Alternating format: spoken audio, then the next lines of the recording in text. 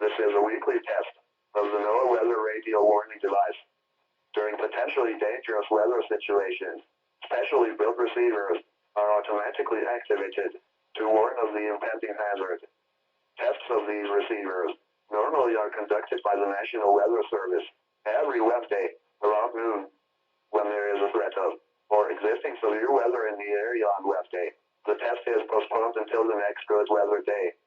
The warning alarm transmitted over this and other NOAA radio stations in southern Wisconsin will normally be activated for watches and warnings that affect the following Wisconsin counties: Richland, Vernon, Adams, Juneau, Marquette, Waushara, Winnebago, Calumet, Manitowoc, Sauk, Columbia, Green Lake, Fond du Lac, Sheboygan, Dodge, Washington, Milwaukee, Iowa, Dane, Jefferson, Waukesha, Milwaukee, Lafayette, Greene, Rock, Walworth, Racine, and Kenosha, and the following Illinois counties: Stevenson, Boone, Winnebago, McHenry, and Lake, and all adjacent coastal waters of Lake Michigan.